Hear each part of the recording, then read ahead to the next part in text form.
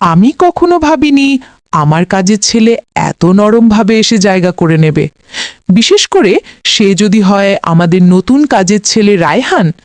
বয়স কম, মুখে সরলতা, চোখে এক ধরনের প্রশ্ন মাখা আলো। কিন্তু আমি যতবার ওকে দেখি ততবারই মনে হয় এই ছেলেটার ভেতরে আরও অনেক কিছু আছে যা ও দেখায় না। আর আমি জানি না কেন শুরু থেকেই ওর দিকে একটু বেশি নজর পড়ে আমার। হয়তো অনেক দিন ধরে আমি এমন কাউকেই দেখি না যার চোখে আমাকে এভাবে লক্ষ্য করা থাকে। কারণ ওর দৃষ্টি কখনোই চটুল নয়, কিন্তু অদ্ভুতভাবে স্থির, যেন চুপচাপ ও আমাকে দেখেই বোঝে কেমন দিন কাটছে আমার। আর আমি ভেতরে ভেতরে হাসি, নিজের বয়স মনে পড়ে, নিজের সংগ্রহ করা একাকিত্ব মনে পড়ে। তারপরও প্রতিবার রান্নাঘরে ঢুকলে বা বারান্দায় দাঁড়ালে ওর উপস্থিতি আমাকে অন্যরকম করে তোলে। যেন বাড়িটার মাঝে হঠাৎ করে একটু বাতাস ঢোকে, একটু সজীবতা আসে। আর এই সজীবতায় আমাকে প্রতিদিন ওর প্রতিটি নড়াচড়া খেয়াল করতে বাধ্য করে। যেমন সকালেও যখন উঠোন ঝাড়ু দেয়, তখন মাঝে মাঝে মাথা তুলে আমার দোতলার জানালার দিকে তাকায়। আর আমি জানালার পর্দা সরিয়ে হাসি চেপে দেখি সে তৎক্ষণাৎ মাথা নিচু করে দ্রুত কাজ করতে শুরু করে, যেন ধরা পড়ে গেছে। আবার দুপুরে আমি যখন টেবিলে একা খেতে বসি, ও প্লেট গুছাতে গুছাতে একটু থেমে থাকে, যেন বলতে চায় কিছু, কিন্তু বলে না। আর আমিও জিজ্ঞেস করি না, কারণ কিছু অনুভূতি শব্দের চেয়ে নীরবে বেশি পরিষ্কার হয়। আর সন্ধ্যায় আমি যখন বারান্দায় চেয়ার টেনে বসি, চারপাশে আলো কমে আসে, তখন দেখি রায়হান নিচের বাগানে পানি দিচ্ছে। কিন্তু প্রতিবারই এক মুহূর্তের জন্য সে আমার দিকে তাকায়। ঠিক সেই তাকানোই আমি এড়িয়ে যেতে পারি না। মনে হয় এতদিন ধরে কেউ আমাকে এভাবে লক্ষ্য করেনি, আমার একাকিত্বকে কেউ এত স্পষ্টভাবে বুঝতে পারেনি। আর ধীরে ধীরে আমি বুঝতে পারি আমি দিনের কোন মুহূর্তে কোথায় দাঁড়ালে ওকে দেখতে পাবো। আর ও যেন জানে আমি কখন বারান্দায় আসব, কারণ সেই সময়টায় সে প্রায়ই সেদিকে থাকে। আর সবচেয়ে অবাক লাগে যখন একদিন দুপুরে হঠাৎ মাথা ঘুরে আমি চেয়ারে বসে পড়ি, আর রায়হান দ্রুত দৌড়ে এসে আমার হাত ধরে বলে, আপা, আপনি ঠিক আছেন তো? ওর হাতের গরম স্পর্শে আমার বুকের ভেতর অদ্ভুত একটা কম্পন হয়। কোনো অশোভন নয়, বরং অনেক দিনের ফাঁকা জায়গায় কারো আন্তরিক চিন্তা ঢুকে পড়ার মতো। আর আমি মাথা নেড়ে বলি, হ্যাঁ, একটু মাথা ঘুরছিল, কিছু না। কিন্তু ও তখনও আমার হাত ছাড়ে না, যেন ভয় পেয়েছে, যেন আমি পড়ে গেলে ও ধরতে পারবে না। আর সেই মুহূর্তে আমি অনেক দিন পর বুঝলাম কেউ আমাকে হারানোর ভয়ও পায়। আর সেদিন থেকেই আমাদের দুজনের মধ্যকার নীরব দূরত্বটা একটু কমে আসে, যদিও আমরা কেউই তা মুখে বলি না, শুধু চোখে, ভঙ্গিতে, হাঁটার শব্দে পরিবর্তন আসে। আর রাতে আমি যখন ঘুমোতে যাই, তখন মনে হয় রায়হানের নীরব কণ্ঠটা যেন আমার মনে প্রতিধ্বনিত হচ্ছে, আপা, আপনি ঠিক আছেন তো? এই একটা বাক্যই পুরো বাড়িটাকে নতুন রঙে ভরিয়ে দেয়। আর আমি অনুভব করি গল্পটা এখানেই শেষ নয়, বরং এখান থেকেই শুরু। রায়হানের সাথে সেই দিনের পর থেকে আমার আচরণ বদলে যায় না, কিন্তু আমার ভেতরের অনুভূতি বদলে যায়। যেন প্রতিটি মুহূর্তে ওর উপস্থিতি আমাকে অন্যভাবে ছুঁয়ে যায়। আমি যতটা দূরে থাকতে চাই, ততবারই দেখি ও কোনো না কোনো অজুহাতে আমার কাছে চলে আসে। কখনো গ্লাস এনে দেয়, কখনো লাইট ঠিক করে দেয়, কখনো বাগানের ফুল ছিঁড়ে দরজার পাশে রেখে যায়। আর আমি যতই এসব এড়িয়ে চলতে চাই, তত বেশি মনে হয় ওর ছোট ছোট যত্নগুলো খুব শান্তভাবে আমাকে ভরিয়ে তুলছে। আর যেদিন আমি সন্ধ্যার আলোয় বারান্দায় বসেছিলাম, চারপাশে হালকা বাতাস, সেই দিন ওর পায়ের শব্দ শুনে আমার বুক ধড়ফড় করে ওঠে, কারণ আমি বুঝতে পারি ও এগিয়ে আসছে আমার দিকেই। আর সত্যি, ও ধীরে ধীরে সিঁড়ি বেয়ে উঠে আসে, মাথা নিচু করে দাঁড়ায়, তারপর খুব কোমল স্বরে বলে, আপা, আপনি একা বসে আছেন, তাই ভাবলাম যদি কিছু দরকার হয়। আমি জানি সাধারণ বাক্য, কিন্তু ওর কণ্ঠের ভেতরে যে উদ্বেগ, সেটা আমাকে ছুঁয়ে যায় গভীরভাবে।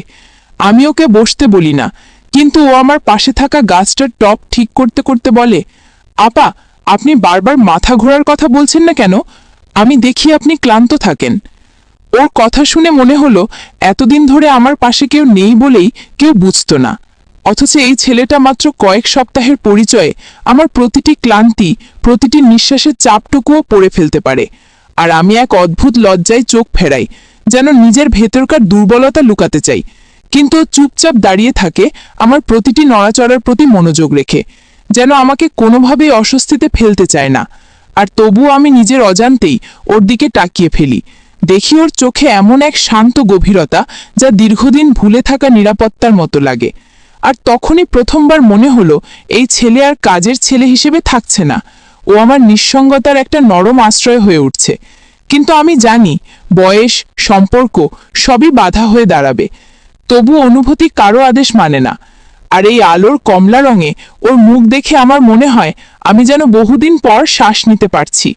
আর সেই সময় রায়হান ধীরে ধীরে বলে, আপা, আপনার জন্য আজ আমি বাগানের কয়েকটা সাদা ফুল তুলে রেখেছি, আপনি পছন্দ করেন বলে। আমি অবাক হয়ে ওর দিকে তাকাই, কারণ আমি কখনোই তাকে বলিনি যে সাদা ফুল আমার সবচেয়ে প্রিয়।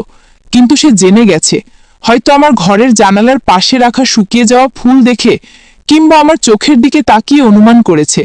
আর তখনই বুঝলাম ও শুধু আমার কথাই শোনে না, আমার নীরবতাও বোঝে। সেই বোঝাটাই আমাকে অদ্ভুতভাবে আঘাত করে, মধুর আঘাত, কারণ এতদিন ধরে কেউ আমাকে এভাবে বোঝার চেষ্টা করেনি।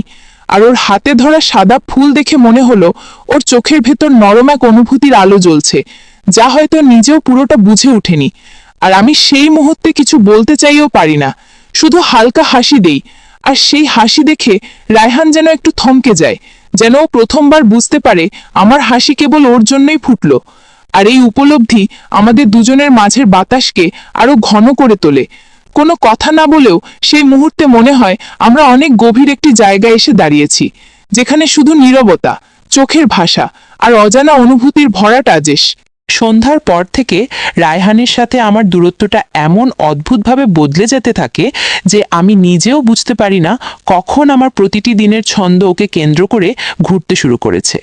যেন সকালে উঠেই প্রথমে ভাবি, আজ ওকে কখন দেখব। দুপুরে ঘরের ভেতর হাঁটতে হাঁটতে হঠাৎ টের পাই আমার চোখ অকারণে উঠোনের দিকে চলে যাচ্ছে। আর সন্ধ্যায় যখন সিঁড়ি বেয়ে ওর পায়ের শব্দ ওঠে, তখন বুকের ভেতর এমন একটা কাঁপুনি তৈরি হয় যা আমি কোনো বয়সেই অনুভব করিনি। কারণ এই অনুভূতি লুকানো যায় না, আবার স্বীকারও করা যায় না। আর বিশেষ করে ওর সামনে দাঁড়ালে মনে হয় আমার ভেতরে সব দুঃখ, সব একাকিত্ব, সব ক্লান্তি যেন আস্তে আস্তে নরম হয়ে যাচ্ছে, যেন আমি বহুদিনের ভার নামিয়ে একটু বিশ্রাম নিতে পারছি। আর মজার ব্যাপার হলো, রায়হান কখনোই আমার কাছে বেশি কথা বলে না, বরং খুব নীরবে, খুব যত্ন করে এমনভাবে পাশে থাকে যে শব্দের দরকার পড়ে না। আর একদিন দুপুরে যখন আমি বারান্দার কাপড় শুকাতে দিচ্ছিলাম, তখন হঠাৎ হাওয়ার ঝাপটা এসে আমার ওড়নাটা নিচে পড়ে যায়। আমি নিচে তাকাতেই দেখি রায়হান সেটা তুলতে গিয়ে একটু থমকে দাঁড়িয়েছে। তারপর মাথা তুলে আমার দিকে তাকায় এমনভাবে যেন সেই ছোট্ট কাপড়ের টুকরোটা তার হাতে এসে পড়ায় ওর ভেতরে সব সংযম ভেঙে গেছে। যদিও ও কিছু বলে না, শুধু ধীরে ধীরে সিঁড়ি বেয়ে উঠে আসে এবং আমার হাতে ওড়নাটা দিতে গিয়ে ফিসফিস করে বলে, আপা, আপনার জিনিস সাবধানে রাখবেন, বাতাসে পড়ে যায়। একটা সাধারণ কথা, কিন্তু ওর কণ্ঠে যে আলতো উদ্বেগ, যে অদ্ভুত কোমলতা, তা আমাকে পুরোপুরি নীরব করে দেয়। কারণ আমার হাতের সাথে ওর হাত এক মুহূর্তের জন্য খেকে যায়, আর সেই ছোঁয়া এত শান্ত, এত গভীর, এত অজানা অনুভূতিতে ভরা যে আমি বুঝতে পারি ওকে দেখে, ওর কাছাকাছি আসলে আমার হৃদয় আর আগের মতো থাকে না। আর রায়হান যেন সেই মুহূর্তটাকে গুরুত্ব দিয়ে নিজেই একটু দূরে সরে যায়। কিন্তু ওর চোখে ঠিকই দেখি এক ধরনের টান, এক ধরনের ভরাট অনুভূতি, যেন ও নিজের ভেতরের কিছু সামলাতে পারছে না। আর রাতে যখন আমি ঘরে একা বসে চুল চিরুনি করি, তখন মনে হয় রায়হান আমার পাশে দাঁড়িয়ে আছে, আমার প্রতিটি নড়াচড়া লক্ষ্য করছে। যদিও জানিও নেই, তবু ওর উপস্থিতির অনুভূতি এত ঘন হয়ে থাকে যে মনে হয় ওর শ্বাসের গরম ভাবটাও ঠিক আমার কাঁধ ছুঁয়ে যায়। আর এরকম একটি রাতে হঠাৎ ও দরজায় নক করে, খুব আস্তে, যেন ভয় পাচ্ছে বিরক্ত করে ফেলবে। আমি দরজা খুলতেই দেখি ও হাতে ছোট্ট একটা বাক্স ধরে আছে, ভেতরে কয়েকটা ওষুধ, মাথা ঘোরার জন্য। আর নিচের দিকে তাকিয়ে নিচু স্বরে বলে, আপা, আপনি না বললেও আমি বুঝি আপনি ঠিকমতো বিশ্রাম নেন না, তাই ভাবলাম এগুলো রাখলে ভালো। আমি বাক্সটা হাতে নিতেই দেখি ওর আঙুলগুলো হালকা কাঁপছে, যেন এইটুকু যত্ন দেখানো ওর কাছে একটা স্বীকারোক্তির মতো। আর ওর সেই কাপা আঙুল দেখে আমার বুকের ভেতর এমন এক উষ্ণ ঢেউ উঠে যে আমি এক মুহূর্তের জন্য নিজের দিকে তাকানোর সাহসও পাই না। শুধু নীরবে বলি, ধন্যবাদ রায়হান, তুমি না থাকলে বুঝতেও পারতাম না নিজের যত্ন কতদিন নিতে ভুলে গেছি। আমার সেই বাক্য শুনে প্রথমবার দেখি ও আমার দিকে সরাসরি তাকালো, আর সেই চোখের ভেতর এমন গভীরতা, এমন নিঃশব্দ অনুভব, এমন আবেগমাখা টান যে আমি নিজের মুখ ফেরাতে বাধ্য হই। না হলে হয়তো আমি বুঝে ফেলতাম ও আমার প্রতি ঠিক কোন জায়গায় দাঁড়িয়ে আছে। আর এই সবকিছু এত দ্রুত, এত নীরবে বদলে যাচ্ছে যে আমি জানি না এর শেষ কোথায়। কিন্তু অনুভূতি বলে দেয় এই গল্প থামবে না, আরো গভীরে যাবে। রায়হানের দেয়া সেই ছোট্ট ওষুধের বাক্সটা যেন আমার ঘরের কোণে রাখা কোনো জিনিস নয়, বরং আমার প্রতিদিনের নিঃশব্দ একাকিত্বের ওপর রাখা একটি উষ্ণ হাতের মতো মনে হতে থাকে। আর আশ্চর্যের বিষয়, আমি যখনই ওটাকে দেখি, মনে পড়ে যায় সেই মুহূর্তে ওর আঙুলের হালকা কাঁপুনি, মনে পড়ে যায় ওর চোখের নীরব গভীরতা, আর নিজেকে বোঝাতে পারি না কেন এমন ক্ষুদ্র ঘটনায় এত বড় ঢেউ জাগে আমার ভেতরে। কিন্তু সত্যি হলো, জাগেই, আর সেই ঢেউ থামতেও চায় না, বরং প্রতিটি দিন আরো বিস্তৃত হয়ে ওঠে। যেমন সেদিন সকালে আমি বারান্দায় দাঁড়িয়ে কাপড় মেলছিলাম, আর নিচে দেখি রায়হান দড়িতে বাঁধা পুরনো লতায় পানি দিচ্ছে।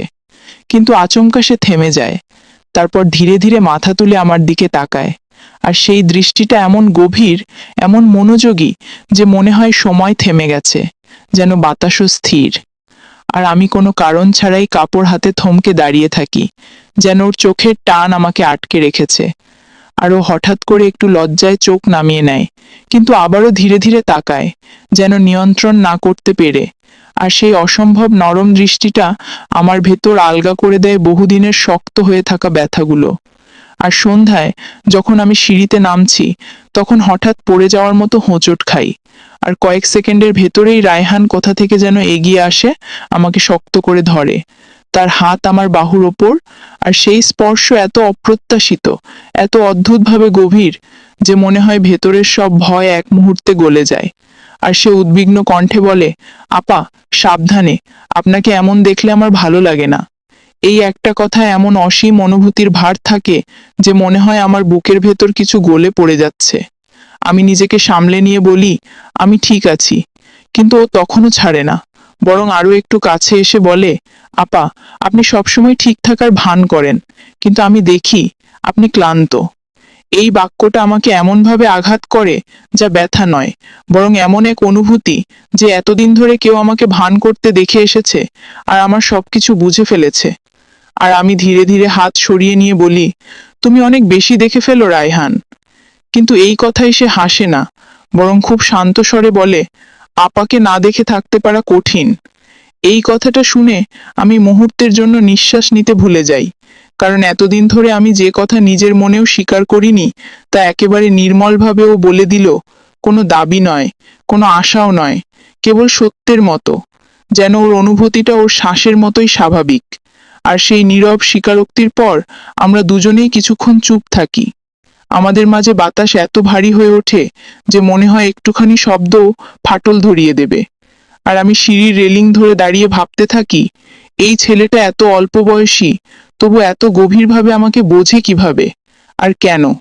আর ঠিক তখনই রায়হান খুব আস্তে বলে, আপা, আমি জানি আমার বলার অধিকার নেই, কিন্তু আপনার হাসিটা খুব সুন্দর। এই বাক্য শোনার পর মনে হলো কেউ আমার বুকের খুব ভেতরের একটা জায়গায় আলো জ্বেলে দিল, এমন একটা জায়গা যেখানে বহুদিন ধরে কেউ প্রবেশ করেনি। আর আমি চোখ ফিরিয়ে রেখে বললাম, রায়হান, কিছু অনুভূতি থাকে যেগুলো বলা ঠিক হয় না। আর সে ধীরে মাথা নিচু করে বলে, আমি জানি, তাই বলি না। কিন্তু অনুভবটা থামে না। ওর এই স্বীকারোক্তিতে এমন একটি কোমল চাপ অনুভব করি বুকের মধ্যে, যে মনে হয় এই গল্প এখন আর শুধুই দূরত্বের জায়গায় নেই, আমাদের নীরবতা এখন আরো গভীর অর্থ বহন করছে। আর আমি জানি এর পরের পথ আমাদের কেউই থামাতে পারবে না। অনুভূতি নিজেই নিজের পথ বানিয়ে ফেলবে। সন্ধ্যার পর যেন আমাদের দুজনের চারপাশের বাতাস বদলে গেল, এমনভাবে বদলালো যে আমি চাইলেই আর নিজেকে আগের মতো দূরে রাখতে পারলাম না।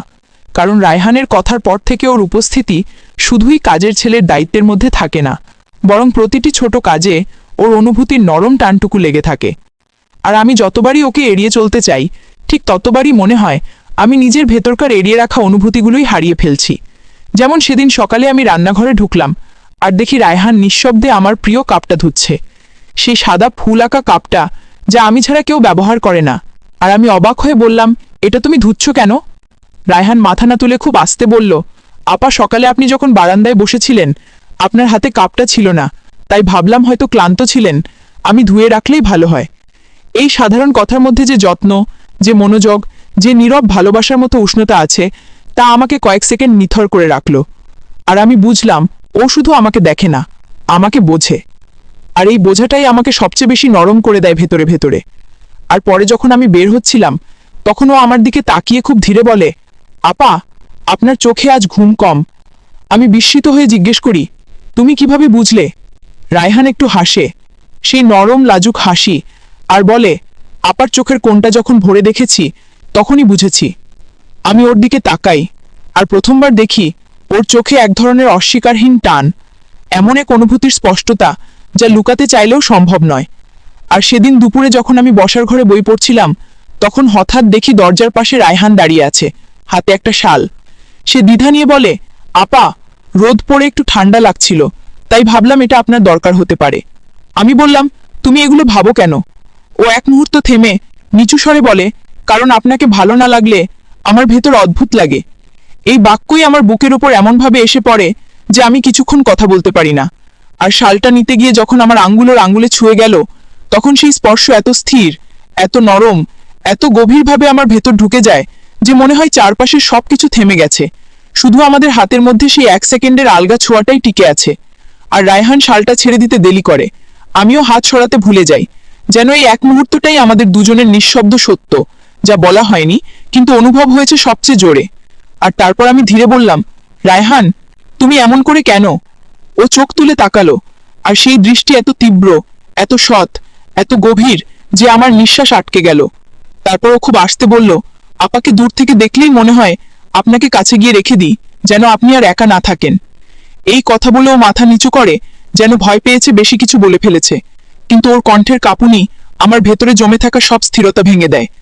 আর আমি খুব ধীরে বলি, তুমি জানো না এই কথাগুলো আমাকে কতটা ছুঁয়ে যায়। রায়হান অবাক হয়ে তাকায়, যেন সে আশা করেনি আমি এমন কিছু বলবো। আর সেই মুহূর্তে চারপাশের নীরবতা এত ঘন হয়ে ওঠে